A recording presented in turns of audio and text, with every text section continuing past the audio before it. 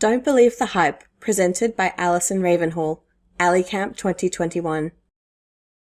We'd like to thank our gold sponsors Telstra and Intopia, our silver sponsors ANZ and Coles, and our bronze sponsor How2. Hello, I'm Alison, and I'm here today to ask you, no, actually to beg you, don't believe the hype when it comes to accessibility. If you'd like copies of these slides, they're available on Noticed, noti.st, followed by my name, Alison Ravenhall. So what do I mean when I say don't believe the hype? I'd like to share with you a couple of things that I've heard during my time as an accessibility consultant, which I hope will demonstrate what's going on. And then I'll go on to talk about what we can do about not believing the hype and doing things properly. So firstly, I was working at a retailer who was considering installing a chatbot on their website, and a vendor came in to sell their particular chatbot, and I was invited to the demonstration meeting where they went on about all these fantastic features, and it was looking really good. And I asked about accessibility and whether they complied with any particular standard or if they'd done any testing. And the salesperson turned to me and thanked me for the great question and assured me that their chatbot was WCAG 3 AAA compliant. This conversation took place in 2018. I'm not exactly sure of which month it was, but those familiar will know that in 2018 WCAG 2.1 was published in the latter half of that year. To this point in 2021, WCAG 3 is still not on the table and won't be for a long time. I gave this vendor multiple chances to backtrack and correct themselves, but no, they were utterly convinced that their chatbot was WCAG 3 AAA all the way. That's a bit of hype. Next, when I was working at a bank, they were looking to install a foreign exchange calculator, and there's a very big player in the foreign exchange market who had what we call a white box, white label calculator that they sell to multiple banks and other financial institutions that do foreign exchange. It calculates the rates for customers. If I want to buy Australian dollars and I've got US dollars, how much will I get? And, I asked them about accessibility and do they adhere to any standard? Do they have any process? And frankly, they were a little bit shocked. They looked at me and they were like, none of the other banks we've dealt with have asked about accessibility. And I was like, right, that's great. I'm asking you now. And they were scrambling to come up with something. Moving away from component vendors for a moment, other bits of accessibility hype that I've heard about are on or about frameworks. So I've definitely heard this one a couple of times. It's Google material, so you don't need to test it. So this developer is utterly convinced that because they're using Google material out of the box, it's all good, Google are great, and they're totally accessible. That's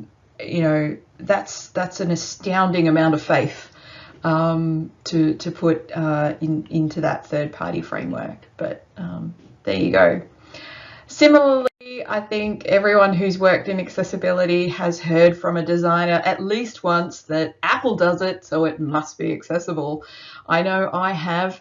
It's really getting to grate on me now because while Apple and Google, for that part, do a lot of good things, they're also as fallible as the rest of us and need to be held to account. So I'd like to say that all of these statements out of the box are absolutely hype. They're overblown, and we need to hold these people to account rather than just trusting what they're saying. So I just need to take a minute because those things just they really get me going. And I hope you've probably got some examples of your own if you've worked in accessibility for any length of time. So rather than swallowing all of the hype, straight down and getting on with your life, what I recommend instead is that you need to employ a healthy level of skepticism when you are presented with some of these, frankly, outlandish claims. We need to be a little bit more mindful, hesitant, accountable. So this is the positive way to spin it, a healthy level of skepticism. If you're a little bit more cynical and you've been around the block a couple of times, you might interpret it as trust no one. And frankly, I really don't mind which one you take, but they're both valid. So what are we going to do about this? First off, when you've got a vendor coming in and spruiking their stuff, you need to check them out and not take them at their word. Ask them for their documentation. Ask them for their accessibility documentation. If they're an international vendor, chances are they might have a VPAT, which is a statement of accessibility. They might have audit reports if they've had their product audited or checked by an external compliance company. They could have an internal accessibility team, and you might want to ask about any sort of documentation that they churn out. One of the most important things is get your hands on a live version of their product and test it. Don't take their word for it. Get on and exercise that thing. Check it all out. Run a screen reader, run your accessibility tools, do all your checks, and satisfy yourself that you are happy to use it, that you are happy for your customers and users to use it, because chances are if it's being integrated into your site or your app, then your brand is going to be on it and your customers are going to hold you accountable when it breaks. With your vendors also, ask them if they have accessibility processes. Ask them if they have an accessibility team, and ask them what their processes are for lodging defects, prioritizing those defects, and delivering those defects. It's all very well and good to say, oh yes, we'll take those suggestions on board, but if they're treated as suggestions and enhancements rather than defects, that's the wrong way to go about it. And you also want to know that there is some sort of timeline or process that you can rely on, rather than some open-ended black hole backlog that your items disappear into. So make your vendors accountable. Some of the things that you might get tripped up on with your vendors: ask for evidence. It's all very well and good to say we're WCAG 2 compliant because that's valid as opposed to WCAG 3. Ask for evidence, ask for documentation. How are they claiming this WCAG 2 compliance? Were they externally audited, or was it an internal check? Do they constantly check as they add features and tweak their product? How often are they certified? When did the last certification happen? Get the evidence to back up what they're saying. Related, don't buy into the BS. they'll spin your tales. It's a sales game, right? And you know, if their accessibility compliance is the thing that gets them over the line with you, then they're going to potentially say whatever it is you want or need to hear in order to sign on the line. So don't buy into the BS. Look through what they're saying and selling to you, and make sure that you're asking the questions that you need answered, and not just listening to the story they want you to hear. The last thing you have to be careful of is, obviously you'll have vendors that you've worked with before. You might have a current relationship with them. You've got product A and they're now spruiking product B. You could have a vendor that you've worked with in the past who are coming back into the fold potentially with a new offering. Please don't give these people a free pass just because you've got an established relationship. If you're looking at a new product, you're starting from dot again. You need to assess that product on its merits. You can't assume that, given you know that you've gone through the hoops with their previous product and gotten them up to scratch, does not imply that the other product in their stable is just as good. So ask the same questions again, do all the checks again. It's tedious work, but it's all about making sure that everything is up to scratch. Now let's move on to our frameworks. We're looking at things like Apple and Google on our mobiles. There's countless numbers of frameworks in the web world, you know, like React and Angular and all those sorts of things. And the first thing out of the box I have to say is just don't assume they're accessible. Don't assume because they're big or they're famous or they've been around forever does not mean that they're accessible. Yes, they can be doing good things in the accessibility space. Yes, they can be saying all the right things and implying all the right things. But until you get hands-on and test it for yourself, you can't assume that they're doing everything down to the letter. When you do find issues with a framework, submit bugs. Don't just sit back and complain about it and go, oh, there's a gap. Because if you're finding this issue, then everyone else using this framework is also encountering the same issue. And if everyone submitted a bug about it, then that creates the momentum within the framework to understand that there's a need and an interest in having this thing fixed, and they'll dedicate the resources to doing it. I will admit that it can be a little bit difficult to find and submit defects depending on the framework. You know, if you're working on an open source framework, it might be on you, you know, to lodge a bug and then, you know, get your hands dirty and start doing some fixing. So, you know, it's one thing to do the testing and go and find the problem. It's another thing to fix it locally for yourself. But you know, it's the best thing to contribute to your wider community and to improve the quality of the baseline framework for everyone. Last thing, when you do find your issues in your frameworks, you've got to do something about it. And obviously submitting a bug is a great idea, but submitting a bug doesn't, a bug report doesn't guarantee that anything's going to be done about it, right? So you have to do something in the meantime, and you've got to do a fix. So what in that case I would recommend is that for the problematic component, let's say, try and extend what the framework gives you rather than reinventing the wheel.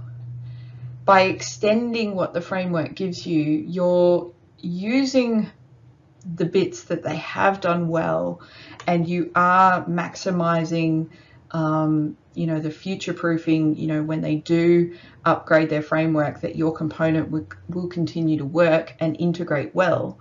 If you reinvent the wheel needlessly, one, you're probably subjecting yourself to a whole lot more work, and two, when the upgraded frameworks come through the pipeline, you know, the chances are higher that your custom build will not continue to work as expected. So I've got an example of a component in a framework that doesn't quite make the grade. And today I am going to be picking on Apple. And the component that I want to pick on with Apple is its switch.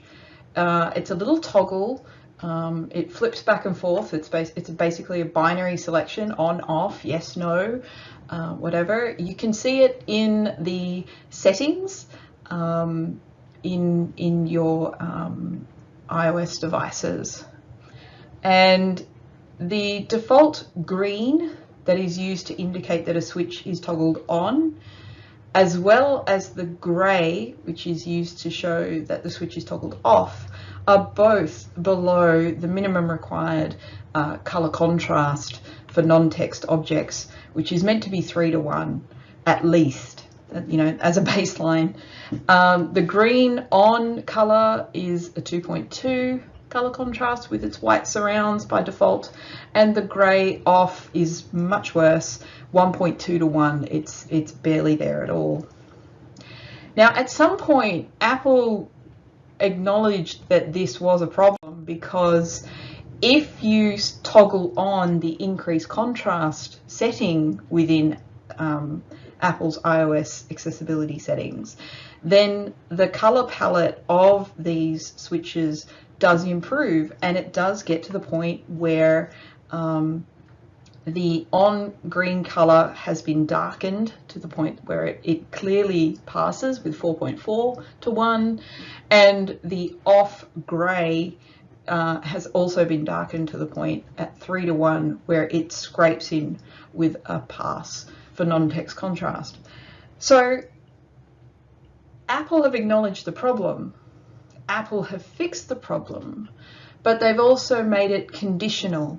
They've made it so that the onus is on the user of the iPhone to go into the settings and find the switch, which is going to improve the color palette and improve the visibility of these switches.